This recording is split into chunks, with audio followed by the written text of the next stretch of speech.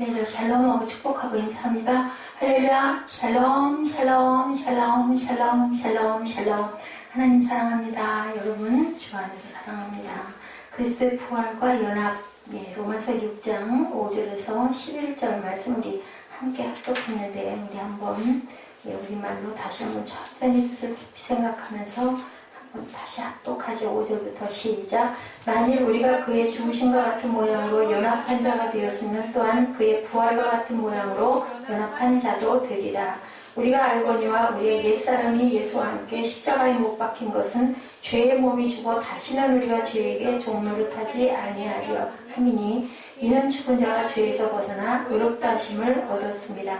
만일 우리가 그리스도와 함께 죽었으면 또한 그와 함께 살 줄을 믿노니 이는 그리스도께서 죽은 자 가운데서 살아나셨음에 다시 죽지 아니하시고 사망이 다시 그를 주장하지 못할 줄을 알미로라. 그가 죽으심은 죄에 대하여 단번에 죽으시며 그가 살아계심은 하나님에 대하여 살아계심이니 이와 같이 너희도 너희 자신을 죄에 대하여는 죽은 자요 그리스도 예수 안에서 하나님께 산 자로 여길지니라. 살아있는 자로 여길지니라. 여기가 잘렸네요. 하나님께 대하여는 어떤 자로? 살아있는 자로 여길지어다.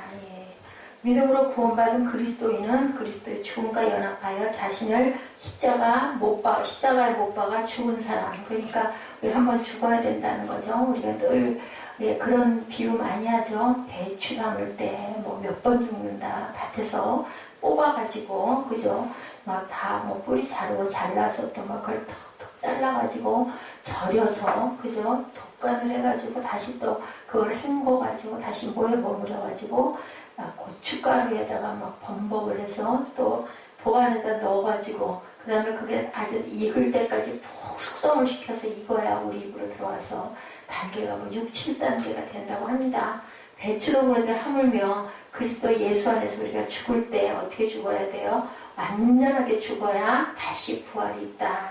안 죽고 목숨이 붙어있고 모양새만 엉망진창이 돼 있으면 절대로 부활은 없다라는 거죠. 그리스도인은 부활과 연합하여 무덤에서 모를 깨뜨리고 사망 권세를 깨뜨리고 다시 살아나는 사람이다. 누구를 힘입어서 예수 그리스도의 십자가의 은혜로 공로로 그 피로 우리는 죽었다. 다시 새로운 생명으로 보라. 세상 이전 것은 지나갔으니 보라 이제는 새로시다라는 거죠. 그리스도의 죽음과 연합한 것은 동시에 그리스도의 부활과도 연합한 것이다. 그잖아요. 죽어야 살죠. 안 죽으면 다시 살 수가 없다라는 거죠. 성경은 이런 사람을 가리켜 몇 가지 표현을 하는데요. 아까도 얘기했지만 보라 새 것이 되었도다. 그리고 또한 거듭났다. 그리고 새 사람이 됐다. 속사람은 날로 새로워진다. 이런 표현을 우리가 씁니다. 요한복음 3장 5절에서 예수께서 말씀하죠. 진실로 진실로 내게 이르노니 사람이 물과 성령으로 거듭나지 아니하면 하나님 나라에 들어갈 수가 없느니라. 그 말을 듣고만 니고데모가 도대체 이게 무슨 말씀인가 하고 굉장히 의아해하고 돌아갔던 그 역사가 예수님 돌아가시고 나면서 이제 깨닫고 그죠? 예수님을 장례 지내는데 극진한 은혜를 더하는 어떤 부분을 우리가 압니다. 거듭난 사람만이 하나님을 만날 수도 있고 볼 수도 있고 느낄 수도 있다. 가장 신비죠. 우리 기독교의 신비입니다. 거듭난 사람만이 그렇기 때문에 하나님의 나라에 들어갈 수가 있다. 비단 죽어서뿐 아니라 살아서도 우리가 하나님 나라에 속한 사람은 이렇게 죽었다 다시 살아나 나를 어디다 다 장례를 지내야 된다. 예수의 피에 흥건히 적셔서 다시 새롭게 태어나는 부활을 경험해야 이제는 세상 사람이 아니라 몸은 땅에 있을지라도 하늘의 사람이 될 수 있다라는 말씀입니다. 다 살았다고 살아있는 사람도 아니고 다 죽었다고 완전히 죽은 사람도 아니다. 거듭나지 않은 사람들은 절대로 거듭나지 않으면 이렇게 할 수가 없다. 이 부분이 고린도후서 5장 17절 말씀이죠. 아까도 말씀드렸지만 그런즉 누구든지 그리스도 안에 있으면 새로운 피조물이라. 이전 것은 지나갔으니 보라 새 것이 되었다.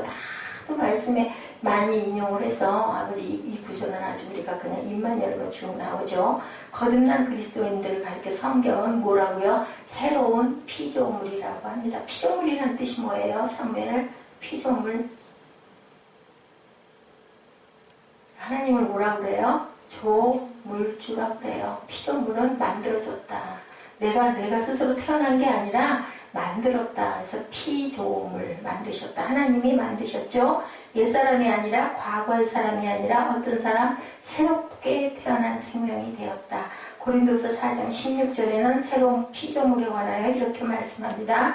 그러므로 우리가 낙심하지 않으니 겉사람은 부패하나 우리의 속은 날로 새롭도다. 진정한 그리스도인은 그리스도의 죽음과 함께 장사되었고 그리스도 부활과 함께 다시 살아났다. 이 사람이 어떤 사람이다? 속사람이다. 새롭게 태어난 사람입니다. 속사람은 또 어떤 사람이라고요? 겉사람이 깨어져서 죽을 때만 속이 드러난다라는 말씀을 합니다.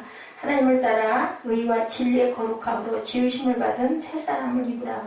배추 얘기 아까도 했지만 김장대가 이제 곧 그 시골 아주 추운 데는 벌써 김장들이 아마 곧 시작이 될 거예요. 10월 중순부터도 막 김장하기 시작하잖아요. 근데 우리 배추 뽑으면 어떻게 해요? 그 안에 고갱이 참 맛있죠. 노랗고 예쁘고 그런 깻잎을 다 따야 속에서 그죠? 속에 그 고갱이가 나오는 것처럼 겉사람이 다 후패에서 다 시들어 빠져 죽어야 속이 드러난다라는 얘기죠. 정말 구원받은 그리스도인은 어떻게 뭐라고? 새 사람이다. 우리는 다 죽었다. 그래서 우리가 어떤 것을 내가 하려고 하면 아직 살아있다라고 얘기하죠. 그래서 산 사람에게는 하나님이 역사하시지 않는다. 우리가 완전히 죽어야 나는 없고 이제는 하나님이 나를 대신 사십니다. 우리 예수님이 대신 사십니다 하는 고백이 있고 내가 나를 내려놔야만. 근데 그 말이 내려놓는 거지 참 내려놓게 안 되잖아요. 우리 아침에 일어나면 열심히 세수하고 머리 드라이하고 옷 차리고 누가 해요? 내가 하는 것 같잖아요. 그러다 보면 또 직장 가야 되니까 차에 올라타서 가고. 근데 수수수수수 잘 가면 좋은데 아주 기분 좋게 다 하고 나왔는데 그냥 길에서 직장에 가다가 그냥 탁 길이 막혀버린다든지 아니면 조그마한 어떤 그 사고가 일어난다든지 하면 꼼짝을 못하고 발이 묶이는 일들, 아무도 상상할 수 없는 일들, 사람이 할 수 있는 일은 사람이 할 수 있는데 못하는 일들의 앞에 벽에 딱 부딪히면 아이고 하나님 소리가 절로 나와요. 그죠? 이렇기 때문에 우리는 우리가 하는 것 같지만 일상에 똑같은 일은 하나도 없다. 똑같이 흘러가는 것 같지만 우리 마음의 상태가 생각이 그죠? 정말 여러 가지 갈래로 다르게 일어나는 것을 우리가 봅니다. 골로새서 3장 10절에도 비슷한 말씀하죠. 새 사람을 입었으니 이는 자기를 창조하신 자의 형상을 쫓아 어디까지? 지식에까지 새롭게 하심을 받은 자니라. 지식도 이제는 새로워졌다.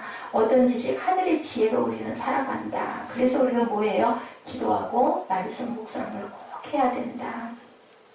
우리 크리스찬들은 그렇기 때문에 항상 하나님의 형상을 회복하자. 그리고 하나님의 형상이 회복된 사람들이 온전한 은혜를 받은 사람이라고 하는데 온전치가 못하죠. 회복하려고 늘 그리워하고 사모하고 애쓸 뿐입니다. 하루하루 조금 반발짝이라도 조금 하나님 앞에 가까이 갔나? 이것을 우리는 사모하고 삽니다. 그러나 죄로 인하여 어떻게 짐승과 같은 형상이 그만 돼버렸다. 하나님께서 처음 지으실 때는 아담과 하와를 정말 낙원에서 살아도 부족함이 없을 만큼 아름다운 낙원을 주시고 마음껏 뛰놀 수 있게 해주시고 마음껏 배고플 때는 따먹을 수 있게 해주셨는데 그만 순종하지 않고 욕심부림으로 하나님처럼 눈이 밝아지려고 뭐의 유혹에? 사단의 유혹에. 이게 무슨 모습? 세상의 모습이다. 그럴듯하게 유혹하죠. 전혀 아닌 거의 유혹에는 절대로 안 넘어가요. 정말 그게 보암직하고 먹음직하고 출세함직하고 그렇게 하면 내가 부자가 될 것 같고 하다 보니까 그만 어디 사단의 수렁에 빠지게 되고 욕심이 나를 주장해서 나를 끌고 가는 그런 세상 속에 빠진다.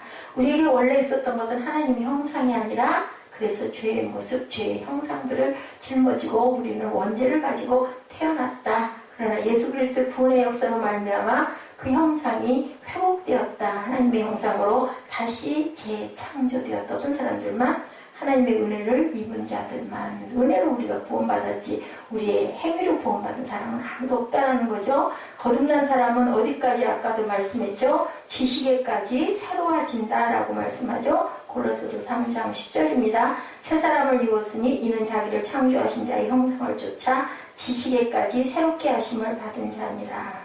아주 귀하고 좋은 말씀입니다. 그러나 예수 그리스도 구원의 역사로 우리는 죄의 형상들을 벗어버릴 수가 있었다. 새 사람이라는 것은 옛사람이 아니라는 거죠. 이제 새롭게 뭐가 고치가 나방으로 변화되면 새롭게 태어나는 거죠. 그게 군뱅이 같이 틀 속에 갇혀 있다가 이제는 날개를 달고 새로운 형상에 대해서 높은 하늘을 날 수 있게 되었다. 그러면 얼마나 눈이 시야가 넓어지겠어요. 그죠? 그 답답한 고치 속에 갇혀 있다가 완전히 그냥 딱 트여가지고 세상에 나오는 그 세상의 기가 막힌 자연을 우리가 다 볼 수 있는 것처럼 하나님이 지혜를 주신 우리가 모든 것을 보고 누리고 기뻐하고 그렇게 감사하며 정말 어떻게 진리 안에서 자유한 사람이 돼서 잘 살 수가 있는데 그만 그것을 주셨는데도 우리가 누리지 못하면 아직 우리가 제 속에서 새롭게 거듭을 탄하지 못했기 때문이다. 우리가 제 생각을 합니다. 항상.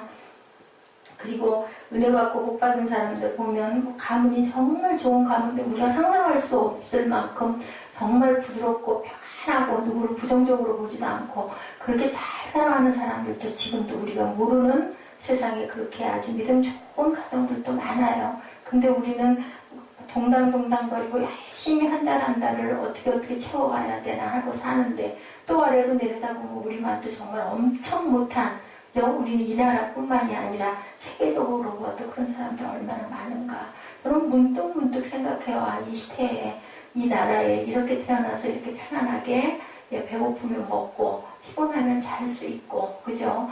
예배하고 싶을 때는 얼마든지 예배하고 할 수 있고 찬양 듣고 싶을 때는 얼마든지 좋은 스피커가 있어서 찬양할 수 있고 저처럼 금방 목이 잠겨도 마이크가 있으므로 전할 수 있으니 얼마나 감사한가. 생각하면 감사하지 않은 게 아무것도 정말 하나도 아닌 게 없습니다. 수준이 낮은 것에서 높은 곳으로 변화되는 것을 의미하는 게 아니다. 기독교에 있어서의 변화라는 것은 새 사람을 완전히 그 더러운 것, 그 구수해 보는 걸 다 벗어버리고 마치 결혼식장에서 이제는 포도주가 떨어졌는데 물이 그야말로 어떻게 포도주가 되냐고요. 물 떠다 줬는데 뭐로 된 거예요? 아직 본질 자체가 변화가 돼버린 거죠. 물이 아니라 포도주가 된 것처럼 이렇게 변화되는 것, 낮은 것은 높은 것이 아니라 완전히 새 것으로 바뀌어버리는 것, 완전히 본질이 달라져 버리는 것, 이것이 바로 새 사람이다.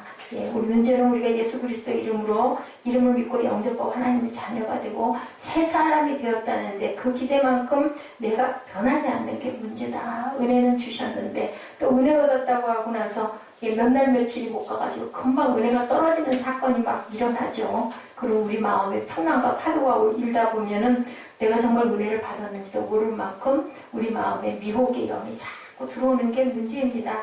변화될 줄 알았는데 변화되지 않은 내 모습을 보고 또 때로는 얼마나 좌절하고 얼마나 부끄러워하고 얼마나 괴로워하고 절망하는지 늘 그렇게 우리는 삽니다.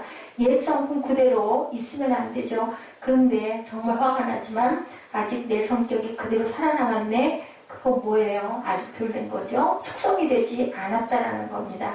성격이 변한 줄 알았는데 돌이켜보면 제자리, 또 돌이켜보면 제자리. 무슨 일 생기는 거 누가 좀 이렇게 언짢은 소리 하거나 조금 나에게 손해를 끼치면 어떻게 해요? 확 혈기가 솟아나고 얼굴이 빨개지는 거.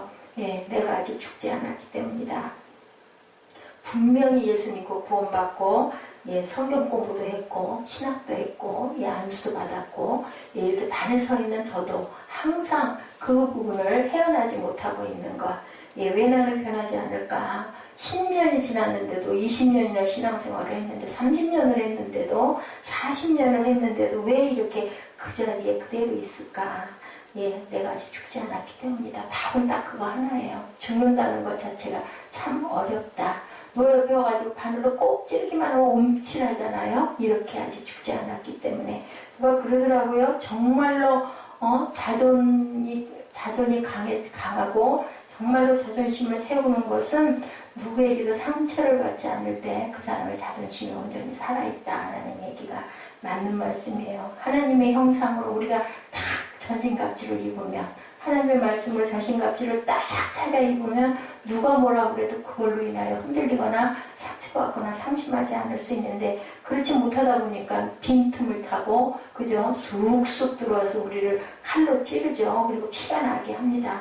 우리가 어떤 물건을 사러 쇼핑센터를 갔을 때 물건을 사가지고 수레에 담아서 계산대로 가죠. 순간 가진 돈이 없다라는 거 발견할 때 이 물건 절대로 가져갈 수가 없어요. 이런 것과 마찬가지요. 예수님을 구원 받았는데 내 육의 몸이 아직 죽지 않았을 때는 그 은혜가 우리에게 온전한 은혜가 되지 못한다. 누리고 살지 못한다. 무엇을 천국을 누리고 살지 못한다라는 겁니다. 옛날 그대로 육의 몸을 가지고 있기 때문에 머리와 생각으로는 구원을 받았는데 그죠? 실제는 아직도 죄의 지배를 받고 있다. 구습을 벗어버리지 못한다. 근데요, 말처럼 쉬운 건 없어요. 다 알아요, 이론적으로. 근데 실제로 우리가 정말 실천하지 못하는 사건들이 일어나는데, 그런데 뭐라 그래요? 사도 바울은 절대로 환경에 지배받지 말라고 그러죠? 감옥에 있을 때나 어디에서나, 그죠? 나는 정말 평안하다. 그리고 찬양할 수 있고 기뻐할 수 있다. 그 상태가 우리가 돼야 된다는 거죠. 네, 5절에 보니 만일 우리가 그의 죽으심을 본받아 연합한 자가 되었으면 또한 그의 부활을 본받아 연합한 자가 되리라. 아멘. 그죠? 죽으심을 본받아 연합하게 그것을 내가 죽었으면 부활을 본받아 또한 살 수 있어야 된다. 연합이죠. 하나 되었다라는 거죠. 정말 죽었다면 그리스도를 본받아 죽으심을 본받아 연합하여 그 육의 몸이 정욕이 욕심이 십자가에 못 박혀 죽었다면 그리스도의 부활밖에 우리가 다시 살아나야 하며 이미 살아났다 인 겁니다. 그 상태가 돼야 된다. 내 문제는 뭐가 없다? 온전한 부활을 이루지 못했다. 예, 삶의 부활이 없기 때문이다. 그래서 생활이 예배가 되라 라는 얘기를 참 많이 하죠.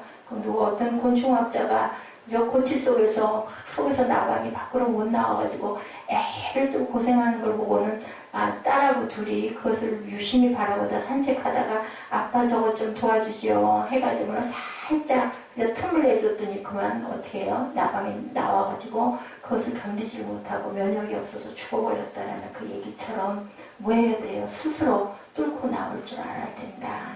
비상해야 된다는 겁니다. 거기에 뭐가 따르겠어요? 그니 인내가 따르고 시련이 따르고 어려움을 통과할 줄 알아야 된다. 그래서 No cross, no crown이라는 얘기가 항상 따라다니죠. 우리가 영혼은 구원을 받았는데 내 생활이 옛날과 다름이 없다라면 욕심과 미움과 질투와 갈등과 괴로움이 그냥 나를 자꾸 지배하고 그죠? 내 속에서 자꾸 일어나는 거죠. 도대체 나는 왜 이렇게 힘이 든 거야? 계속 그런 얘기를 하게 됩니다. 그것을 극복하고 넘어설 수 있는 것은 은혜밖에 없다. 고열의 공로밖에 없다라는 겁니다. 우리 삶이 구원받은 자가 돼야 된다. 옛사람과 십자가 예수 그리스도를 믿고 영접하는 순간에 우리 죄가 용서되었음을 믿고 그죠? 우리도 또한 우리에게 죄를 짓는 상대방들을 용서해 줄 줄 아는 마음이 돼야 된다. 그래야 내 마음 안에 평안이 있다. 우리의 죄와 욕심과 정욕이 십자가에 못 박힌 것을 우리가 항상 믿고 가야 된다. 절대 의심하지 말아야 된다. 그런데 문제가 있죠. 예수 믿는 것은 분명한데 내 죄와 정욕과 욕심과 육의 몸이 십자가에 과연 온전하게 못 박혔는가를 우리는 항상 돌아볼 줄 알아야 된다. 이 부분을 깊이 묵상하지 않는 게 문제라는 거죠. 이 문제를 정면 대결하지 않고 나는 다 죽었다라고 그냥 생각을 해버리면 안 된다. 그래서 우리는 항상 뭐를 세우고 있어야 될까요? 믿음의 피리침을 영적인 아주 민감함을 항상 고투 세우고 있어야 된다. 내가 죽은 줄 알았는데 안 죽었다. 우리가 화를 냈을 때 딱 느끼죠. 입술에 담지 못할 남을 비방했을 때 느낍니다. 투정하고 괴로워하고 고민하면서 해결하지 않은 채 덮어두는 게 문제다. 그거를 우리가 상처가 골맞을 때는 어떻게 해요? 짜야죠. 수술해야죠. 그리고 다시 꿰매야 깨끗한 새살이 올라온다는 것을 알면서도 무서워서 두려워서 겁나서 자꾸 미루고 가면 점점 깊어져요. 상처는. 그래서 더 큰 수술을 할 수밖에 없다는 것을 우리는 알아야 된다. 자, 우리는 어떤 환상 속에서 살아요.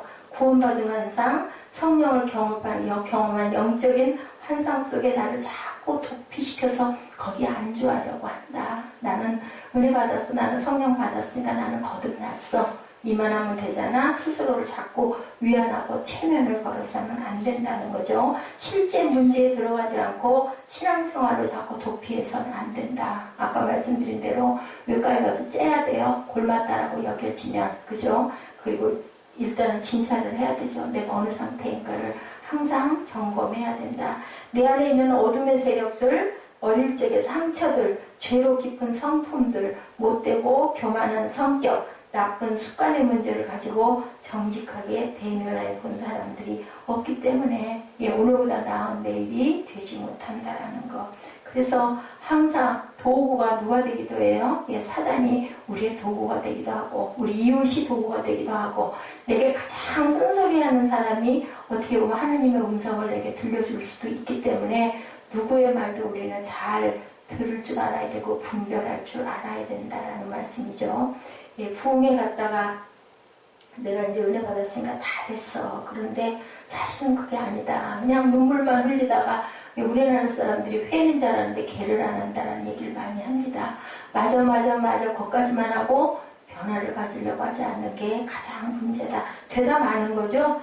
금식했다고 해서 내 나쁜 성품들이 깨끗이 씻겨나간 것이 아니다. 금식하고 또 돌아서서 먹고 나면 속에서 뭐가 일어나요? 자꾸 혈기와 정욕이 일어나는 게 문제다. 6절이죠.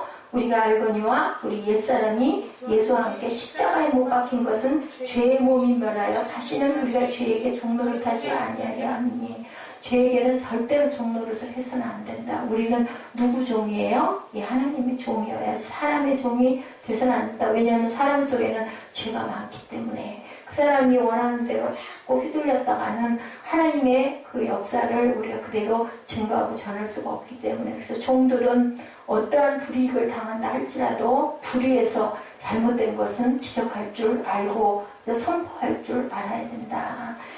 이렇게 되면 또 이 집사님이 여기 안 나오면 어떻게 11조가 안 들어오면 우리 교회가 운영이 안 될 텐데 이런 거에 절대 붙들리지 말아라. 내가 십자가에 못 박혔다는 것은 죄의 몸이 못 박혔다라는 뜻인 것을 잘 알아라. 죄가 십자가에 못 박혀 죽으면 죄가 내게 왕노릇하지 못하죠. 그래서 우리 보면은 뜨레스데아스에도 가면 어떻게 해요? 막 그 십자가에다가 우리 잘못된 것들을 다 낱낱이 적으라고 그래요. 그래가지고 전부 그 편지들을 거기다 막 꽂아놓고 나중에 그걸 망치로 막 내려쳐서 깨부시는 그런 의식이 있습니다. 내 잘못한 것들, 내 죄를 정욕을 십자가에 못 박는다라는 의식이죠. 우리가 더 이상 죄가 종노릇하지 못하도록 내 안에 있는 죄악이 이제는 죽었다. 그리고 자꾸 선포할 줄 알아야 된다. 그리고 입술로만 하면 안 되죠. 그것을 이제는 다시는 돌아보지를 말아야 된다. 유혹에 자꾸 넘어가서는 안 된다. 현실에서 죄가 내게 왕노릇하는 것, 정말 내 안에서 반복적인 죄를 짓는 것 죽지 않았기 때문이다. 죽은 사람은 절대로 뭔가를 못하잖아요. 살아있으니까 뭔가를 하는 거다. 그래서 죄는 우리는 못을 박아서 완전히 죽여야 된다는 거죠. 그 모습에서 우리 죽은 사람도 마찬가지죠. 총 쏘고 칼 쏘고 찌르고 몽둥으로 때려도 사람이 잘 죽지 않는데 어떤 병으로 죽기도 하고 화가 나서 죽기도 하고 교통사고로 죽기도 하고 그 생각이 나요. 목사님 한 분이 우리는 아주 병이 깊으셨는데 내가 유언을 이제는 하고 내 뒤에 사람을 기르지 않은 게 내가 참 큰 잘못이다. 엄청 귀한 역사를 많이 하시던 그런 목사님 말씀이 그 말씀하시는데 저는 그 끝에 구절에 우리가 교통사고로도 죽지 않습니까? 병이 깊으면 사람들은 절망하잖아요. 사람은 죽을 수밖에 없어. 죽을 사람이야. 아무리 수술을 해도 아무리 암에 좋은 그 치료를 방사선을 다 하고 한다 하더라도 사람은 죽을 거야. 근데 말짱한 사람도 어느 순간에 교통사고 한번 삐끗 잘못 나면 죽기도 하거든요. 그래서 우리의 생명은 하나님께 있지 사람이 아무리 애를 써도 안 되는 건 안 된다. 근데 우리는 언제까지 마지막까지 절대로 희망을 포기하지 말아야 된다는 거죠. 포기하지 아니하면 하나님께서 이루신다는 걸 우리는 믿고 맡기고 하는 거. 어떻게 보면 정말 그 요단강 위에 그 무슨 외나무다리라고 하죠. 거기를 우리는 쭉 걸어가는 것 같아요. 어떻게 보면. 그리고 밑에는 거기 떨어지면 완전히 정말 나는 이 세상 사람이 아닐 것 같은 그런 얘기들이 전에 많았었어요. 정말 맞지 않나. 누가 떨어지고 싶겠어요. 근데 모르는 거죠. 세상에 여러 가지 법칙 그리고 질병들 이런 모든 것들이 나를 어느 순간 침입해 들어올지 우리는 최선을 다하고 막고 하지만 그것을 아는 사람은 하나도 없다. 그래서 옛말이 있어요. 우리나라 하나님 모르고 안 믿는 우리 조상들도 인명은 제천이다 라고 해요. 하늘에서 우리의 생명은 주관하신다라는 뜻이죠. 자살을 하려고 했던 어떤 사람의 이야기, 문을 잠갔다고 그래요. 면도칼로 동맥을 끊고 이제 죽었구나. 그리고 그때마다 사람들이 자신을 발견해서 계속 몇 번을 병원에 데려다주고는 죽지를 못했다고 합니다. 이것도 하나님의 은혜의 섭니다. 개 한 마리가 죽어도 쉽게 죽지 않는데 내 몸과 내 안에 있는 죄가 그게 간단히 죽어질까. 그런데 어떤 사람은 그냥 한순간에 순간 가기도 하고 이렇게 죽으려고 아무리 애를 써도 죽지 않는 그런 경우. 그러니 우리 몸 안에 있는 그 많은 죄들은 단순간에 죽어지겠느냐는 거죠. 은혜를 받아도 다시 살아 일어나고 다시 살아 일어나고 계속 반복적으로 우리는 뭐 해야 된다? 열심히 못 받고 가야 된다라는 겁니다. 내 습관은 그렇게 쉽게 없어지지 않는다. 옛사람이 죽기까지 깨지고 놓아지는 과정이 기막힌 과정들이 있고 우리가 생각하기에는 아유 그분은 은혜 받고 완전히 새 사람 돼서 어느 순간 그냥 확 바뀌어버렸어요. 하지만 직접 옆에서 보면 다 그렇지는 않다. 우리 믿음의 조상들도 마찬가지죠. 단계가 다 있었습니다. 하나님의 나를 죽이기 위해서 깨기 위해서 어떤 때는 병들게 하기도 하고 어떤 때는 인간관계에서 배신을 당하게 하기도 하고 어떤 때는 경제적인 고통 속에서 아주 꼼짝달싹 못할 만큼 절망적인 상황을 만들게도 하신다. 또 사랑하는 사람을 멀리 떠나게도 하신다. 이런 과정을 거쳐서 하나님은 죄로 물든 나의 육신이 인간적인 속성들을 깨쳐버리게 하시는 귀한 은혜를 이루신다. 아무 일도 안 일어나는 게 오히려 버림물 받은 경우일 수도 있다. 그냥 모르고 세상 속에서 그냥 꾸역꾸역 하루하루 살다가 가면 오히려 버린 자녀일 수도 있다는 것을 우리가 잊지 말아야 된다.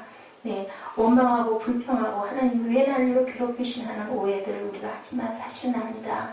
모세가 홍해바다 앞에 섰죠. 뒤에는 군사가 오고 앞에는 바다가 있어서 사면 초과가 됐을 때, 그죠? 역사는 그럴 때 기적이 일어나는 거지 우리가 할 수 있게 승승장구 갈 때는 그런 기적은 바다가 갈라지는 기적 같은 건 일어나지 않는다라는 걸 우리가 생각할 줄 알아야 된다. 자, 지팡이를 가지고 홍해바다를 베었을 때 바다가 육지같이 갈라졌을 때 사람들이 얼마나 놀라고 얼마나 흥분하고 얼마나 절망에다가 거기서 뭐를 발견할까요? 생명과 희망을 발견하고 막 달려가죠. 예, 그리고는 또한 적군은 바다가 탁 한 가운데들 왔을 때 애국 군대들이 왔을 때 확 바다가 그저 감싸가지고 그들을 수장해버리는 그 사건. 근데 그 사건 겪고 나서 사흘 만에 또 막 원망하고 우리한테 물을 달라고 소리 지르죠. 목말라 죽는다고. 그게 바로 우리 인생이라는 것. 홍해의 기적을 자꾸 환상적으로 생각하는 게 문제다. 이 홍해를 건넜을 때 하루 이틀 정도면 되겠지라고 생각을 하죠. 홍해가 갈라지고 기적이 일어나고 하는 것만 생각을 합니다. 매일매일의 신앙생활들은 꼭 그런 것은 아니라는 것. 우리 현실이 정말 힘들고 안 되고 불가능하고 그저 절망적일 때도 너무나 많다. 홍해가 갈라져서 하루 이틀 만에 건너간 것이 아니라 언제 광야에서 40년 동안은 뜨거운 모래밭 속에서 태양 밑에서 물도 먹을 것도 없게 정말 누릴 것 아무것도 없는 그런 곳에서 40년 그 이후에도 홍해를 건너도 그렇게 살아가는 거 누가 상상을 했겠느냐는 거죠.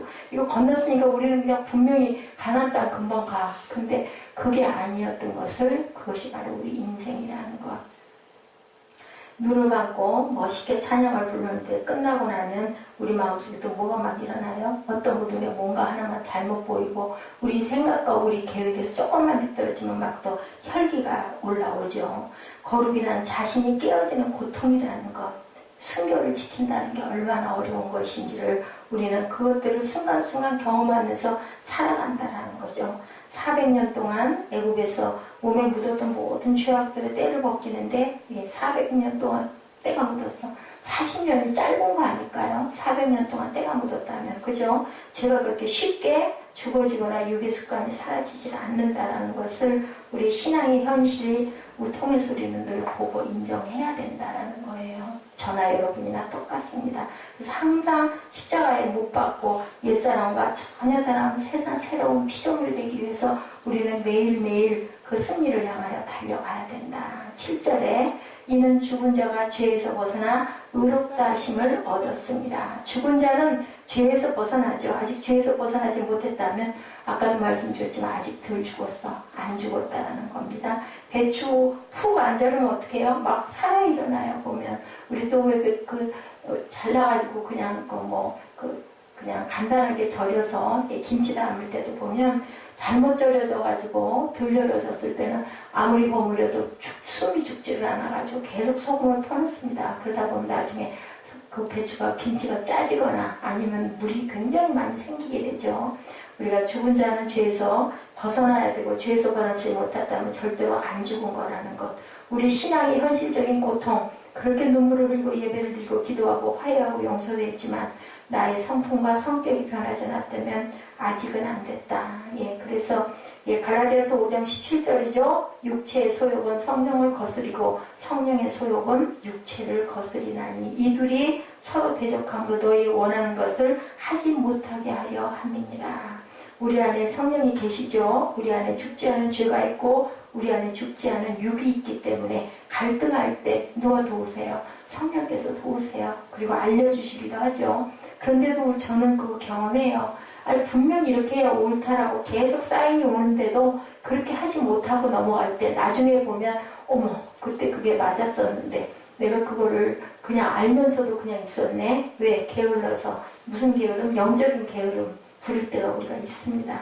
하나님께서는 늘 우리에게 답을 주시고 바른 길로 인도하시는데 우리 육이 온전치가 못해가지고 성령이 말씀하시는데도 그걸 실행하지 못할 때 나중에 크게 제가 정말 후회하고 정말 좌절했던 적이 얼마나 많은지 모릅니다. 그런데 앞으로는 절대로 그러지 말아야지. 이렇게 딱 사인이 올 때 내가 얼른 움직여야지. 근데 또 그 일이 또 닥치면 미련하게도 또 그냥 주저앉아 있다가 그렇게 넘어질 때가 얼마나 많은지.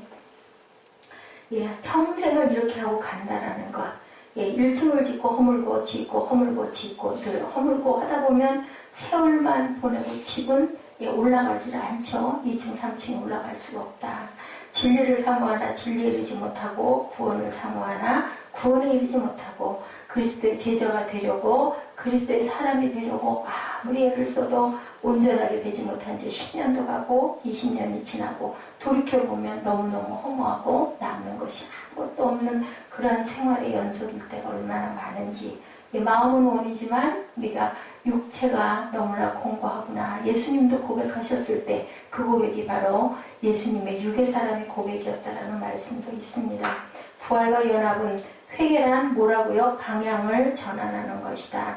죄를 향하여 가던 사람이 하나님의 음성을 듣고 하나님을 만나서 멈추고 방향을 바꾸는 것, 그게 바로 회개다. 누가요? 사울이. 그렇죠? 밤의 색상에서 그렇게 회개합니다. 하나님을 향하여 올라가는 것. 방향을 바꿨으면 가야 돼요. 떠나서. 근데 바꾸기만 하고 그 자리에 있으면 아무 소용이 없다는 거죠. 등산도 마찬가지죠. 한 걸음 한 걸음 선한 싸움을 싸우고 우리가 올라갑니다. 어디를 향해서? 정상을 향해서. 너무나 힘들어서 중간에서 그냥 주저앉았다가 그냥 어쩔 수 없어 난 내려가야지 하면 정상에 도달하지도 못하고 우리가 이루지도 못하고 갈 수 있다. 그게 얼마나 힘들어요. 거기를 좀 올라가자고 이렇게 힘들게 거기까지 올라갈 거야. 그렇게 꾸역꾸역 올라가 보면 꼭대기 올라가면 너무너무 기쁘죠. 순간 여행도 마찬가지고 그죠? 우리 인생 여정이 그렇습니다. 기도와 성령으로 하나님이 힘을 빌려 내 안에 있는 모든 죄의 뿌리들을 뽑아버리는 건 그것이 바로 회개다. 갑자기 되지 않는다. 피투성이가 되면서 자신과 우리가 항상 싸우면서 가야 된다. 죄로 가다가 하나님 말씀을 듣고 우리가 멈출 때 방향 전환을 했는데 너무 전환해가지고 다시 돌아오는 일이 없어야 된다. 다시 하루는 할렐루야 외치다가 또한 시궁창에 빠져서 허우적거리다가 그리고 또한 멈춰 서 있다가 다시 건짐을 받다가 이렇게 우리가 살아가는 게 바로 우리 죄된 죄성 속에 있는 우리 인생의 모습이다. 예수 그리스도의 이름으로 자신이 죽을 결심을 항상 해야 된다. 정말로 결심했니? 예, 그러면 저 좀 생각해 볼까요가 아니라 제자들 어떻게 했어요? 나를 따르라 하니까 그냥 아멘 하고 따라 나서는 것처럼 우리는 절대로 망설이지 말아야 된다. 모든 정욕을 십자가에 못 박으라. 8절 9절입니다. 만일 우리가 그리스도와 함께 죽었으면 또한 그와 함께 살 줄을 믿노니 이는 그리스도께서 죽은 자 가운데서 사셨으며 다시 죽지 아니하시고 사망이 다시 그를 주장하지 못할 줄을 알미로라. 알미로라입니다. 알미로라. 이게 뭐예요? 믿음이죠. 정말 죽으면 두 가지 일이 일어난다. 첫째, 그리스도와 함께 죽으면 그와 함께 산다라는 것은 우리가 안다라는 거죠. 알미입니다. 믿음이죠. 하나님 미랄에 떨어져서 썩어지지 아니하면 다시는 많은 열매를 맺지 않죠. 그거 하나 그냥 있다가 그냥 맙니다. 말라 비틀어져서 그냥 먼지가 되고 맙니다. 근데 떨어져서 진짜로 썩으면 거기에서 싹이 나고 잎이 나고 그리고 나중에 열매가 맺힌다라는 것. 우리가 죽었다는 증거는 부활의 모습이 우리에게 있는가. 그래서 스티그마라는 얘기를 많이 하죠. 예, 부활의 모습이 우리에게 있지 아니하면 절대로 죽은 게 아니었다. 죽어야 산다. 두 번째는 사망이 그를 다시 주장하지 못한다. 왜냐하면 죽으면 다시 부활의 영으로 살아나기 때문에 누구의 공로로? 예수님의 공로로. 진짜 죽으면 죄와 죽음이 나에게 절대로 영향을 미치지 못한다. 그런데 진짜 죽지 않고 설 죽으면 죄와 죽음이 우리에게 영향을 미치죠. 죽음도 막 두렵고 겁이 나고 죄는 자꾸 반복해서 짓게 되고 이런 상황이 일어난다는 것을 우리가 알고 유혹을 받을 때 항상 십자가를 앞세울 줄 알아야 되겠다. 우리들이 죽지 않았을 때는 사망이나 죄나 현실적인 문제들이 자꾸 나를 흔든다는 것을 생각해야 된다. 자, 아직도 영향력을 미치고 있는 그 죄의 것들 어떻게 정직하게 대면하면 첫째는 예수님이 하셨던 방법으로 예수께서도 일이 너무 힘들고 어렵고 십자가에 못 박히는 일을 감당해야 할 때 기도하실 때 이 잔을 내게서 꼭 제가 이것을 감당해야 합니까? 여쭤봤다라는 거죠. 죽으면 정말 쉽지 않은 거예요. 왜냐하면 예수님도 그렇게 방황하시고 예수님도 갈등하셨기 때문에 손해보고 참는다는 것도 절대로 쉬운 일이 아니다. 쉽게 이루어지는 것은 없다라는 것.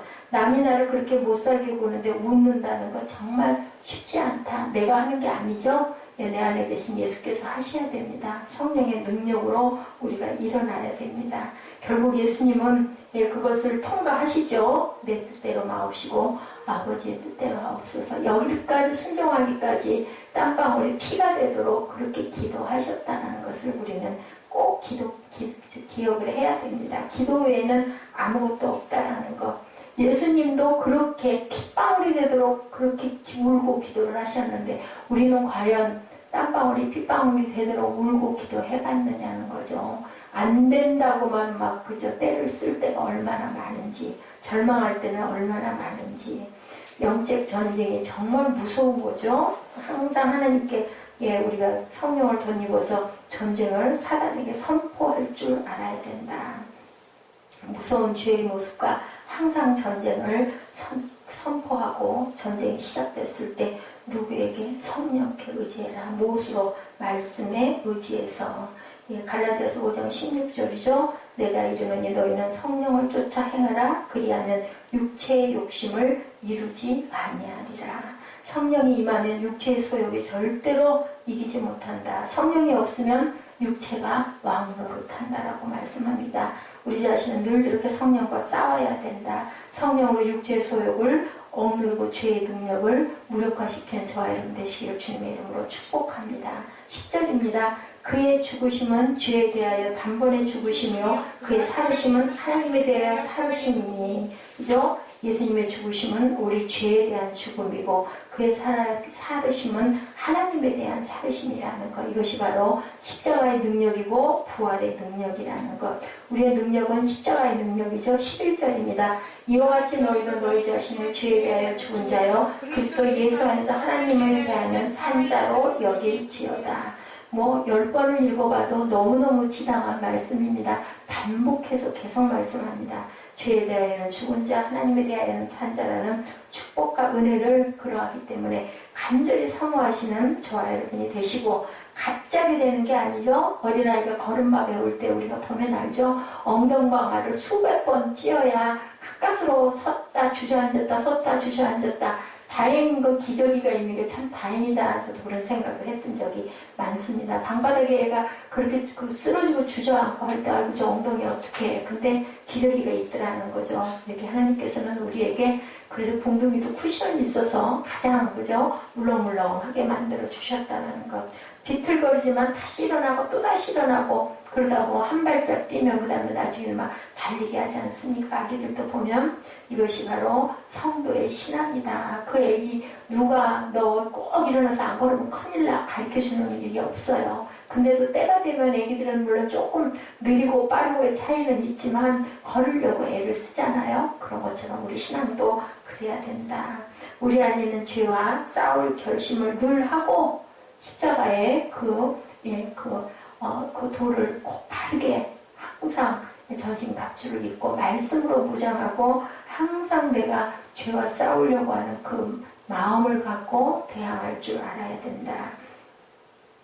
작은 죄부터 시작하고 나중에는 큰 죄에 이르기까지 우리가 그렇게 노력하고 애를 썼을 때 조금씩 변하는 게 아니라 본질이 확실하게 변하는 죽은 자가 산 자가 되는 역사가 일어난다는 것을 오늘 본문 말씀을 통해서 저와 여러분들 은혜 받고 그리고 또한 그 죄의 노예가 되지 않도록 죄의 습관이 우리에게 그것들이 반복되지 않도록 항상 입술로 선포하시고 그리고 우리가 자유 안에서 진리 안에서 자유로워지도록 우리는 종이 누구의 종이에요? 하나님의 종이고 죄의 종이 절대 아니라는 것을 고백하고 살아가시는 저와 여러분 되시기를 주님의 이름으로 축복합니다.